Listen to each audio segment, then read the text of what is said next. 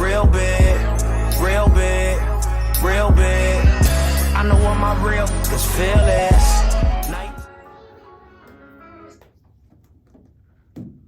Welcome to another episode of the CourtSide TakeOver podcast. It's like family right here. I would introduce him, but I don't think he need no introduction. It's like, it's funny. I've been watching him play since he was like in the 6th grade, and he just graduated. So it was like, it was a surreal feeling. Most niggas be like, ooh, my bad. Most people like, man, I'm getting old, but I really had to say that, bro. This is like a little brother to me. This family right here, man. We got Corry Long in the building. What up with it, bro? What's up, family? What's up? What you been up to? What's going on? Congratulations, if I get a chance to tell you. Appreciate it. I just got back like 4 days ago, man. I ain't even unpacked yet. I really just got back. Been seeing family. Man, how was it for you, man? Just walking across that stage like you just said on Instagram, first gen. So how was that? Like, how was that feeling First for you? generation. That whole day felt fake. I ain't gonna lie. It was just waking up. I don't know, putting the clothes on, getting the cap and gown ready. It was just something like, I don't know. It was like, I knew I was graduating the whole time. Like, my grades weren't bad at all, but once that moment finally came, it was just like surreal. I didn't really know what to do for real. So that day, I don't know, it was a good day. Let's get to the journey, man. Like, I like to call it one of the famous Corry line quotes, like, I just want to hoop. If everybody know you, you always say that, like, I just want to hoop, man. If we had any dudes, like, bro, I'm just trying to hoop. What y'all doing? Why y'all perfect? Yeah. Now, where did that come from just from the beginning, just you starting out playing basketball? Like I said, I've been watching you since you was a young boy. So that whole, everybody know you come in the gym, Corry Long will give you a bucket. So where did that just come from growing up. You know I got 4 brothers. So like it's growing up, sports was everything. We played every sport growing up. I think I just gravitated towards basketball. I was better. That was the best sport like that I was good at. So I don't know, I just ran with that. Now, did you get into basketball because of your brothers? I was in every sport because of my household. It was all boys in my household. So it'd been basketballs, footballs around. It'd been, you feel me, we've been playing 2K. You feel me, sports is just in your head. So it's like, and I got older influences from my brothers and stuff. So I think it just came natural. But then like start getting older and I'm playing these sports. I'm playing football. I'm hooping, I'm playing baseball, but I'm the best at basketball. So we gonna hoop. Let's hoop. I just wanted to hoop. It was fun. Still to this day, hoop is fun. Bro. It's getting more serious now because I'm older, but I just like to hoop. Like still to this day. Now, one of the best teams I probably ever seen at that age was that 7th grade team y'all had with Berto. It was you, Flash, you had Izzo, Elijah, like y'all was Frank, loaded now. Frank too, yeah, Frank was on that team, like loaded. Like, so what was that whole, like, knowing you young boy, really, you was one of the best players on that team also. Like, you young boy, y'all just making it run, beating everybody by like 40 or 50. Yeah. Did you ever feel like, man, we need some competition? I felt like that whole year. That whole year I felt like we needed some competition. But at the same time, we was just competing with each other so much in practice. It was to the point where we couldn't wait to play somebody else. Like, that's how Coach had us to that point. Like, we was really just doing this so much. Yeah. Anybody we played, it wasn't even really going to be close. And I think that happened until we ended up playing in the championship. I think we ran through everybody. So how did those teams, because your 8th grade year, y'all wasn't as dominant as y'all was your 7th grade year. How did those temes prepare you for high school? Like that 7th grade team and that 8th grade team where really it was just, I forgot who was on that team really with you, but that 8th grade year. But how did those couple years prepare you for high school? Really not even playing against that competition that you played against, because 7th, 8th grade I was blowing everybody out. High school playing varsity out for a year. Now how did that prepare you for that level? Definitely my coaches. You know Coach Juan and Coach Berto. You know how they get down. So I think being in that system so long, I think I was ready for whatever. I think I just had to go through it. So like 7th grade year, I was really just the 2. I had to be vocal and not really be a leader. I think everybody just had one role, just play your role. 8th grade year, I think I had to step up because it was younger guys that I really didn't know. And then, Coach Berto had stopped coaching and we had Coach Jamar. So I think everything was new. So I think I think that was my first leadership role, man, that I'm really looking back. That was the first time I really had to be the leader. You see what I'm saying? So I think I failed too, like we lost. So I think that really prepared me for whatever high school had for me. So I think jumping into varsity so early, I think Coach Ryan, Coach Berto, Coach Jamar, I think everybody in that little combination of 8th going into 9th grade, I think they got me ready for high school. Definitely. Now was there any ever thoughts of leaving? From where? Going into your freshman year, going into your 9th grade year, was it always Hughes? Was there any thoughts like, I might try to see what they talking about? Who? Any other high schools? Nah. I remember we was young. I'm gonna say this though, and everybody know this a fact. We was in 5th, 6th grade, and we was playing for Elite Cavaliers and all that. Everybody wanted to go to Tab because of Coach Mitch. Yeah. Me, Marcus, Nitty, Lonnie, we all wanted. You feel me? So we all was talking about that, but once all that happened and we got older, once I got to Hughes in 7th grade, I ain't want to go nowhere else. What sold you on Coach Ryan? Like, what was like, oh, nah, that's it. What was the sticking point? He was my gym teacher at elementary. People don't know this. I've been knowing Coach Ryan since I was like 6, 7 years old. He been my gym teacher. You see what I'm saying? So like, I already had knew him. And I used to see him always bringing Hughes guys over to Chase when I was in like 5th, 6th grade. So I'm like, who is all these? He like, yeah, I coach at Hughes too. So I been had knew him. And then once I got older, we just always had a little connection. And then once I got to Hughes and really got around him and seen the system, and then that's when I started learning y'all. And I met all y'all. I remember I was 12, 13, yeah. y'all. I was 15, 16. So he brought me in and did not treat me like a 7th grader. I was in high school the moment I came into Hughes. So it was like, I don't know. He threw me in there. Now, do you think it was the potential he seen in you, how he elevated your game, how he let you wreck with the varsity team at such a young age? For sure. And you too, from 5th all the way up to almost 8th grade, I was with Coach Berto too. So me and Coach Ryan had kind of lost connection. He was coaching, and I was still going to Chase, but I think he had stopped working there. I think he started working full-time at Hughes, and then I was just going to Chase, but I was still working out with Coach Berto. So this when me and Elijah and Marcus, this when we getting close. We like 9, 10 years old, but we really getting better every day. Tournaments, working out all week. That's where my game developed. Like in my younger years, that's where it developed. And then once I got to Hughes, Coach Ryan had seen the potential. Like, okay, we got something. You see what I'm saying? Definitely. So it was stages of development that got me to where I'm at. Like still to this day, it's still stages. Like I ain't just take off. A lot of people just took off. I can't speak personally for like anybody, but I know a lot of people took off. It wasn't like that for me. I worked for everything I got, stage by stage, piece by piece. Now that is a fact. We always seen you young, just seeing you run around young, just about like, yeah, Corry gonna be he gonna be the problem. He gonna be the next one. Now like your freshman year, you hit some big shots for us in the tournament the opening tournament we had. Sure. You was the spot up shooter for us a lot on that varsity team. Killed the JV level. Sophomore year, big injury. How did you think that like played and going into your junior year? What was your whole perspective like? All right, I played varsity my freshman year. I made some big spots. Sophomore year, I'm about to go kill. Boom, roadblock. What was your thought process like? You mean like before the injury or after the injury? You know I had 2 injuries. Yeah, but right, both. Remember? Because it was the I broke my leg. Yeah. At the shootout. Remember? Yeah. Freshman year. Yeah. And then my junior year, I broke my wrist. Yeah. So freshman year, it was kind of like everything was just starting up. I ain't really had nothing to build off of because I ain't really had nothing yet. So I was just on varsity, earned a little bit of minutes, and then I'm hitting shots. I'm playing defense. So I'm getting the eyes of coach like, oh, okay, he got something. But then in the middle of the summer, my freshman year, I broke my leg. So it was kind of like put me on hold. But I remember that summer. He took me, Kev, Pugs, and my brother Derek to New York. That was the only summer ball I played because I was hurt. Right. So we went up to 5-star camp, and there was nothing but guards up there. So it was a couple big men that was nice, but it was guard central. And within a week, I got better because I had to guard people that was faster, could shoot already, been playing, ain't been hurt. So going up there, I had to learn quick. I had to hit the ground running once I got cleared to play. So I took that little it was kind of like a shape up. Like I just went up there and got trimmed up for real, basically, because I was slow. My shot wasn't how it was. I couldn't really make no moves, get to my spots because I've been hurt. So day 3, 4, I'm starting to feel more comfortable and getting back into my flow. So coming back home, going into my sophomore year, that's how I was able to just transition so easily into being like the #1 option on the varsity team. I don't know.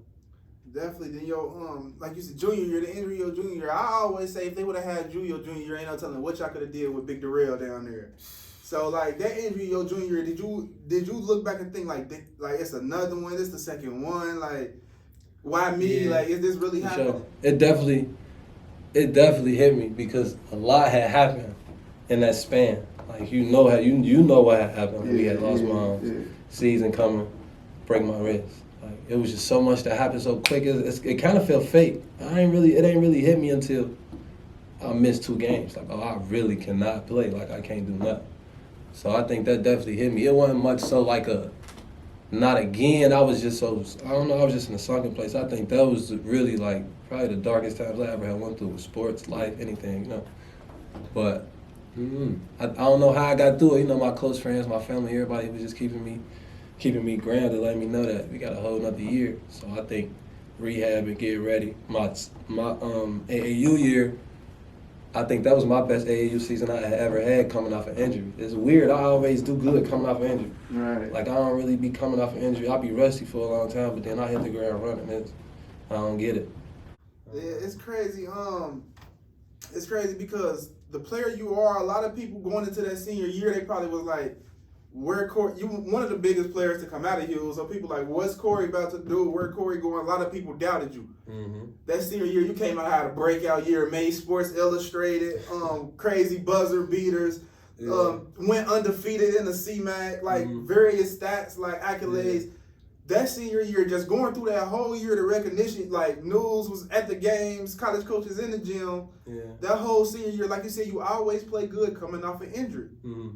Now, going into that senior year, now everybody down you, now finally getting a chance to commit your whole dream. Ever since I knew you, people don't know this, you always said, I ain't settling for nothing but D1. Oh, God. And you got what you wanted. Like, you've been saying that forever. You said, nah, my mama said D1, we going D1. Mm-hmm. You always said that. So finally signing that D1 commitment to Stony Brook, what was that feeling like? Man, it was such a relief. And it was so crazy because I was the only person that had signed that day. So the whole day was just leading up to me signing. And I don't really do good with talking in front of crowds. Like, I ain't shy, but it's like I don't like everybody looking at me. I think that's why I like sports, because that's how I express myself. So, I don't know. It was just a surreal feeling. It felt like a good accomplishment, but I know it was not like the finish line, nowhere near. I think it was just a start to everything that was coming, so I don't know. And I had to, keep my emotions inside because the season was right around the corner right after we had signed. So right after I signed, we had practice. Like I signed, and then 2 hours later we was practicing. So I had to lock back in. I couldn't really celebrate it as much as I could, but it definitely was a good feeling, a good stepping stone for sure. Man, I stay telling people on here, we do this thing weekly. Y'all know I always talk to y'all about the politics of the game, how it go, stuff that go into it. What do you think? You played on both levels. What do you think the difference is of playing on that D1 level than playing on like D2, D3? What other players don't see? Because you got a chance to play on all levels, and you know people that actually play, JUCO ball, prep ball. So what do you think the difference is, being that you played Division 1 then versus playing Division 2? One thing I can say is go where you are wanted, man. I really can't stress this enough. The divisions matter, they do. Exposure-wise, the talent-wise, it's definitely a drop-off between Division 1 and Division 2. But it's not that big of a drop-off. It's not that big of a drop-off at all. But one thing I will say to the guys in high school who so locked in on going D1, go where you want it, because a lot of people are in college right now, and a lot of people not happy. Like, if y'all could see the transfer portal, excuse me, my bad. If y'all could see the transfer portal, a lot of freshmen ain't even getting recruited because the transfer portal is so big. A lot of people just get older kids. A lot of schools, they getting transferred. So I would say go where you're wanted. I think the difference between Division 1 and Division 2 would definitely be the big men. I would say that. It's a lot like I played in the America East and then I played in the NE10. The difference between those two conferences is the big men. So Stony Brook, the America East, they had legit bigs, legit fours, legit fives. I think we got a lot of swing men in the NE10, which makes it more dangerous. A lot of people don't know. I think that's in the top 10 of the hardest conferences in Division 2. A lot of people don't know that. So like my schedule this year was the 7th hardest in the country. I don't know about, you see what I'm saying? So it's like It's some real records. I didn't feel the drop off. Yeah. And I played on both stages. I didn't feel the drop off as a player. Yeah. And we had nothing but Division I transfers. And they like, I'd had somebody tell me like, man, this might be harder than well, you know what I'm saying? Game, bro. I'm not saying that's a fact, but I'm saying it's Division I and Division II. Go where you want it. You see what I'm saying? And that's what I wish I kind of would have listened to that a little bit more when I was younger. And D2s was calling, I wasn't trying to hear it. I just wasn't. I mean, it wasn't like I couldn't play at the Division I level, but Division II suited me way better for me. My college career got way better. It turned out how I wanted it to when I went Division II. So that's just me. But that's what I got to say on levels. You know what I'm saying? So go where you want it. How you think the transfer portal changed the outlook of high school basketball? For seniors, I should say. For seniors? What you mean, the high school portal because or the college portal? The transfer portal, because some seniors may wait. The transfer portal going crazy, but some seniors, if you ain't committed by a certain line, then college is not even looking at you because they going straight to the transfer portal. Then they hitting the JUCOs, then they hitting the prep. So if you ain't committed by that first period within that October or before your senior year start, and you wait to commit, then you might lose those scholarships because a lot of these colleges head straight to the transfer portal. Mm-hmm. How you feel about that? I think it's kind of messed up for the seniors, because it's like prep school is like mandatory at this point for a lot of kids, and it wasn't like that when I was in high school. When I was in high school, they were still getting freshmen. So like I came into a freshman class at Stony Brook with 3 other freshmen, so it was 4 of us. It's hardly that happens at every college like it used to. So it's like we might get a freshman and 3 transfers. Mm-hmm. So I think it's just harder for like kids who are unranked and don't really have a lot of buzz like me, or say like a Corry, and you see what Corry doing. You know what I'm saying? So it's like those people who don't really have a lot of interest coming out of high school, I would say it's hard because they got the talent, but they just maybe didn't get the exposure or whatever may have happened. Right. But it's harder for them to get into a school now. They might have to go prep, so their route may be longer than, let's say, a me or a Corry, because Corry went to Radford and then went to Louisville. Yeah. So the talent was there. It wasn't about the talent. It was just the journey. It was just the journey. You see what I'm saying? Yeah. So I would say it's just different. I think it's way harder for a senior out of high school to get into college. Definitely. Like not ranked, not really on the top AAU team, but he can play at that level, but he just needs to be seen. I think it's harder for those guys, That exposure, definitely. I think that you caught the last little wave of the cameras. Like, I'm in the gym, so you go to a game now, it's 10 cameras on each baseline. Yeah. All the kids got the camera. You really it's was different now. You like the last era of the modern. Yeah. The last era of it wasn't really that many cameras at y'all games. I mean, that's when you got basketball team. We feel like they've been around forever, but now it's like 10 different How do you think that's affecting the kids and the play now? It's a blessing and a curse because it's marketing. It's definitely a market tool. Get you out there. Highlights is always beneficial, but they can hurt you because a lot of people may not see your real game, and a lot of kids may play for the camera. You see what I'm saying? Definitely, yeah. It was the news basketball hustle. When you play, when I was playing, I didn't really even see those cameras. You see what I'm saying? It's 5-6 people on the baseline now, so it might be different. And it also bring the best out of kids. So it's not just always a downside, but you see kids tend to do too much. Definitely. Try to, too graphic, too animated. I don't know. I like everybody got the shoe and the bows and the. But we was the same. We was the same way though. Like we was the same way, and I think it wasn't no cameras back then, so we was way more disrespectful. Yeah. A lot of people, So it's like I don't know. It's positives and negatives to all the media, but film is always beneficial though. Definitely. Always, yeah. What's your relationship like with some of the other players in the city? We see you've been in the Smith League the last couple years, so a lot of players like picking you up as soon as you come home. So what's your relationship like with all the other players? Oh yeah, I mean, with me, if you hoop, you know what it is with me, man. Corry just love to hoop. I go gym to gym all summer, and I just love hooping. That's pretty much all we do. I mean, if you hoop in the city, you know Corry, and that's not like you feel me, like I'm bragging. This just because that's all I do. You feel me? Right. I done been to almost every gym in the city. Pick up. Workouts, just shooting. Oh, that door open, let's go shoot. You see what I'm saying? So the basketball family in the city, you feel me? They know what's up with Corry. I think they know what's up with the Longs too. It ain't just me. You know, I come from a chain, Right. so it ain't just like this new. You see what I'm saying? What do you think Coach Ryan taught you that you can take in your everyday life? Definitely how to approach something that you don't want to do. I think he definitely taught me how to approach adversity. Like, he really didn't let us be kids to a degree. I think tucking your shirt in, grooming yourself, making sure you're respectable, I think that go a long way, and I think we did not understand that. Yeah, I they listen. get haircuts, bro. Haircuts and everything. So it's like, I get it. Like, now that I'm older, I get it. Yeah. And I done told him that plenty of times. Like, I get it. It ain't like. I done shot him a couple texts because like he used to get on my nerves. I ain't gonna lie, bro. Take your shirt in, try to get a haircut. Don't be. Who nerves didn't get on though? Bro, yeah, like, he used to get on my nerves, man. Yeah, but it was all for the good. It was like, all for the good. I feel like anybody who ever crossed paths with him, even if they won't admit it, they know that. Like, this is beneficial to life. Like, I done had some of the biggest knuckleheads that he ever played for him. Yeah. Man, Coach Ryan, man. Yeah, he was right. You see what I'm saying? So he ain't never steer us wrong as far as like how to take what we doing in this sport inside the school and everyday life. I think he implemented it well, like very well. That's why I said I think he's a great basketball coach, but a better role model than basketball coach. I think he's a way better role model than basketball. Great coach, but role model, he's priceless. So all right, back on track.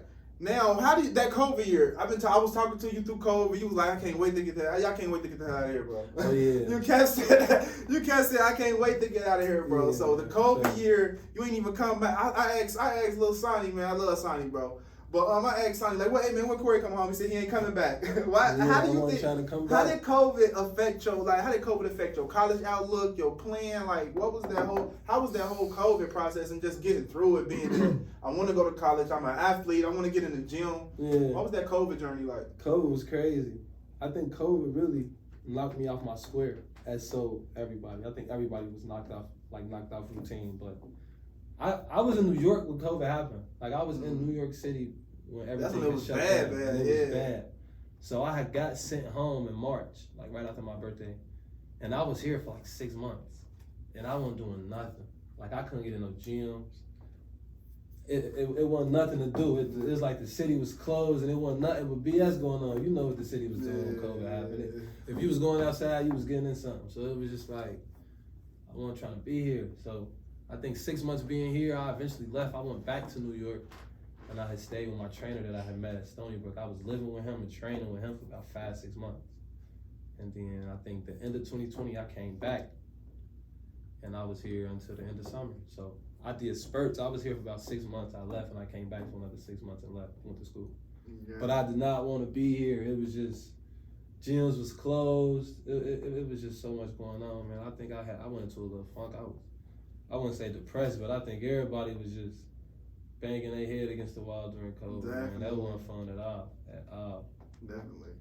When you went D2, when you finally went back to school, not even say D2, when you finally went back to school, you had a great senior year for people who weren't following you. I was following you. You had a great senior year. Yeah. Now, was that just the release, COVID coming? Did your coach put you in that leadership role? Corry, this is your senior year. It's time for you to take off and elevate. What was like going into your senior year? What was your whole mindset? I was already vocal my junior year. So going into my junior year, I think I was having problems with like just coaches for real because I didn't have a good relationship at Stony Brook with my coaches. You know that. So like when I got to SNUH, it was kind of like I was shying away from the coach, and I think he told me one day like, just be you. Be you. If you want to yell in practice, you want to make jokes, you want to laugh, you want to talk shit, be you.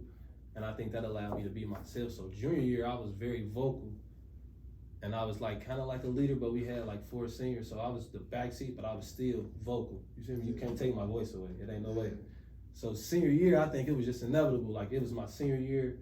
I was the only player on the team that wasn't coming back. So I was put in that place, and I was already gonna be in that place. You see what I'm saying? Like, I was put there, but I was gonna make sure I was gonna be there. Right. So like, I think everything that happened was kind of like it was supposed to happen. You see what I'm saying? We came up short, but it definitely went the way 85% how I wanted it to. How you wanted to go? I ain't got no regrets. I ain't got no regrets from high school. I don't think I got no regrets from college. That one too. Being in Sports Illustrated. Man, I don't even be thinking about it. I don't know. Yeah, Man, I still got the magazine. It was crazy because, Ms. Wright, if you see this, I'm so sorry. Man, I had left engineering. You know how we used to do engineering. Yeah. I left out the back to go get some pizza. And I'm back. I came back and they called me to the office. So I'm thinking I'm finna get in trouble for that. Like I done left to get some pizza. I come back, Coach Wine in the office. Oh man. So they telling me to turn the page to 26. I'm what? You see what I'm saying? I know I did something wrong, so I'm not even reading what's in front of my face, and I'm just looking at the pages, and I see my face. I'm like, oh shit, it's hard. Yeah, so I think that that was something every kid dream of, being in a magazine. I think that was right after the Super Bowl, so I think Super Bowl was on the cover, the Patriots and the Falcons. Yeah. So yeah, it definitely was a blessing. It was crazy. I was shocked. Definitely was shocked. I heard, Coach Wyan said it when you graduated. I heard multiple other people say it. Why do you think you are the greatest player in Hughes history? I mean, there's a lot of people that's been there. There's a lot of people that probably, Hughes never won like state or no crazy stuff. Mm-hmm. So there's a lot of people accolades that don't match up to yours. But why do you think, if you're looking at the whole Hughes resume from data, why do you think you are the greatest player in Hughes history? I got some of your accolades if you don't think you are too. So I'm listening. Yeah, cause I ain't make that statement, but I ain't gonna hide from it. But I ain't say that. I ain't say that at all. I mean, you've been there 6 years. Yeah. Okay. So let's just break it down. So 7th, 8th grade year, it was Taft and Withrow. Nobody it wasn't really too many kids, or Hughes wasn't really talked about. Mm-hmm. Hughes games wasn't selling out. These is facts. Okay, sophomore year, all right, that happened. We still wasn't really. My senior year, every game it wasn't sold out, but most of them games were sold out. You see what I'm saying? We was the show. My senior year, we had a student section. Hughes never had a student section. You see what I'm saying? Right. Every year Hughes got a student section now. I'm not saying I started this. I'm just saying something else too. Real pointed this out. It was just a build up, because I think Angel, Kev. Y'all built this up for us to take another. You feel what I'm saying? Yeah. So it wasn't just me, but a lot of stuff happened. More media came. I would say after my year. Yeah, after my year, a lot of media came. Not because of me. I think just it was bound to happen. I think Hughes was in the works for at least 10 years, and I think I got the last year, and I think I just popped the bottom. I really think that's what it is. It's funny when kids make the statements now, like, y'all ain't been good since Corry was here. So it's funny when kids make that statement, but that ain't true though. Cam. It's teams Cam, after me that went further than me. So KT, Cam, that's what they hating. I was going back and forth with somebody before we came on. Then I was like, why do you say that? Why do you think it wasn't him? Somebody else said it too. Like, Corry might be the greatest player in Hughes history. I'm like, why do you think that? That was like, you got other people. You got AD. You got Angel. You got people like that. Also, the older people that played. I ain't even about to go back. I ain't no dinosaur. I'm not going back there. But you got other people that played. But people could say you won conference on both levels. Middle school, you went 10-0 your senior year in the conference. Most people could say undefeated at the crib. You never lost a game in Hughes. I never lost my senior year. I never lost a game in Hughes. So we never lost a game. There's other things that you could take, but people could say, "Oh yeah, they did this," but didn't nobody go to Hughes in the 7th or 8th grade and won that chip and still? So it's different perspectives and different thoughts you can look up. But once he said it, then somebody else said it, and it's like this is something we got to start thinking about. Yeah. It's time for my takeover segment of the day. I'm gonna ask you a couple questions. We're gonna have a little fun, so you can just answer them. So you going to the blacktop? You taking 5 people? Who you taking? Including yourself. Anybody. Right, they could be boys from the hood, including boys from the league, boys you play with in college, anybody. I'm going with my family right now. Okay. That's no lie. I'm going with my little brother's son, Tyler, Derek, Gotti. Okay. Yeah, I'm going with Gotti. And who else? Who else we going with? Troy, Uncle Mike and T-Roy. That's my 5 right there. Troy Long, Mike Long, Derek Long, Jasani Long, and Tyler Long. Yeah, that's it. Yeah. All right.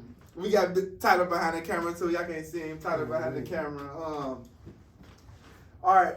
Best basketball shooter playing in your opinion? Best basketball shoe? Yeah. Kyrie. Got you.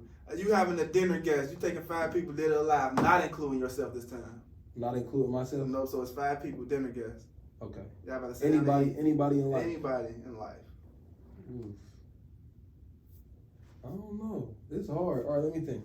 5 people. Anybody. Yeah, right. yeah. Let me see. LeBron. I'm sitting with LeBron. Who else? This is hard. I don't know. What's the name gonna be my date though? I'm gonna have like Rihanna or something as my date. You feel me? Beyonce or something, but Jay-Z and them can't come. They ain't come. They ain't All right, allowed. so look. All right, this is what we gonna do. All right, LeBron. I'm going Rick Ross. Yeah, Rick Ross. I like that's a slick one. That's this conversation gonna be good. We gonna sit here about this gonna be like the barbershop. Oh, bro. Yeah. Okay. So LeBron, Rick Ross. Who else? Give me LeBron, boy. Give me Mav. Mav got to be 3. there. Yup, that's 3. Okay. Now I need some. Okay. All right. 2 females. Let me see. Somebody who like influential. Spice it up a little bit. Yeah. Let me see. Damn. Who?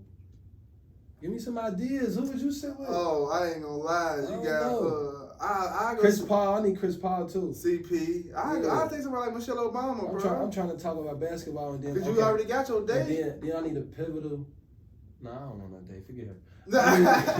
I need somebody who knows sports and real life politics. Like oh, Angela Rye? Somebody like that. Yeah, Angela Rye. Yeah, I take her. Angela Rye. She'll go head to head with you on both topics. Yeah, I think that conversation would be interesting and beneficial. Yeah, we got Angela Rye behind the scenes. All right. If you could play with any player in the city, who would it be? Any player in the city? Yeah, like, I'd love to play with him. Like, man, his game, like, yeah. Who would I love to play with?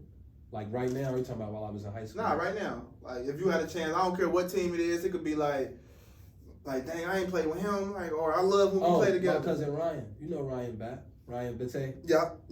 He just got Player of the Year at Thomas More. So that's a good one. I've been playing against him and working out with him all my life. I never played with him. Crazy. Yeah, so I don't know. That's who I want to play with.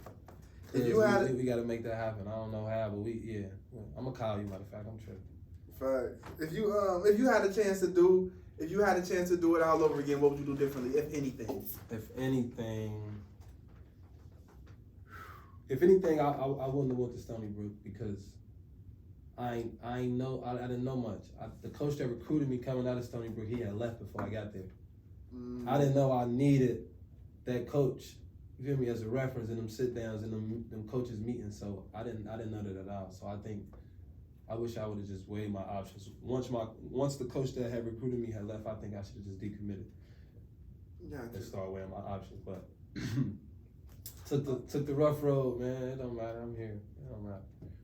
Oh yeah, let's. Who you like in the playoffs? NBA playoffs going on currently tonight. Well, not tonight. Actually, in a couple hours. In about a couple hours. Yeah, you know, we just came back. I told you I just got back from school. We just went to game 1, Boston and Milwaukee. Yeah, for real. Yeah. Dope. Me and my pops, Tyler, I was up in Boston. After I graduated, we went to the game. Who you got in that series? Boston series. I got Boston.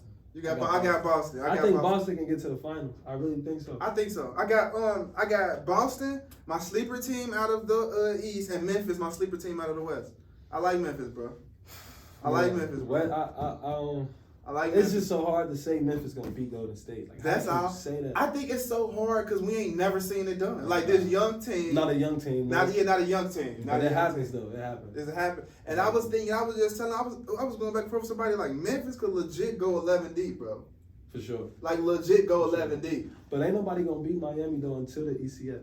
No, they not. They not. Who Miami playing right now? Philly. They about to get them up out of there. Yeah, that ain't about that. They ain't gonna get them up out of there. That ain't about that. Somebody else too. Phoenix and Dallas. Phoenix, and that's gonna be a tough series. Luka ain't got no help. That's going to 6. They just won last night. Yeah, Luka ain't. Oh yeah. That's going to 6. Luka ain't got no help. 6. I like the what's somebody else too. Damn, what was I about to say? I can't remember right now. But that's another episode of the CourtSide TakeOver podcast, man. We had you. Tell me where they can find you, if anywhere. Is you playing in this Smith League this summer? Yeah. So you gonna be back? I'm gonna be back for a couple months. I think I'm gonna be back for the whole summer. I'm about to get a trainer and start working out. I'm going overseas, so I'm gonna be home for the summer, just in the gym. Is that a CourtSide TakeOver exclusive? You going overseas? Yeah, I'm going overseas. That's an exclusive? Yeah, Okay. I'll take it. I'm going overseas. I'll take it. But, all right, man. Well, it's the CourtSide TakeOver podcast. That's Corey, and we out.